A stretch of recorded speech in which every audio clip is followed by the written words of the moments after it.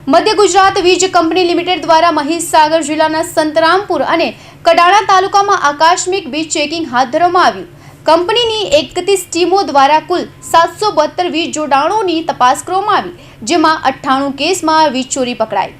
મધ્ય ગુજરાત વીજ company limited દ્વારા મહીસાગર જિલ્લાના સંતરામપુર, ખાનપુર, લુણાવાલા અને કડાણા તાલુકામાં આકસ્મિક વીજ ચેકિંગ હાથ ધરવામાં આવ્યું હતું।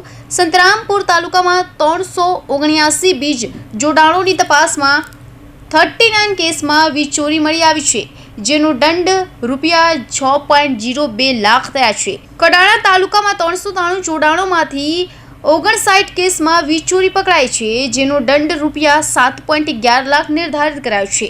કુલ મળીને બંને તાલુકામાંથી પકડાયેલી વીજ ચોરી માટે ₹13.13 લાખનો દંડ ફટકારવામાં આવ્યો છે। વીજ કંપનીના આ આકસ્મિક ચેકિંગ અભિયાનથી વીજ ચોરી કરનારાઓમાં ફફડાટ ફેલાયો છે।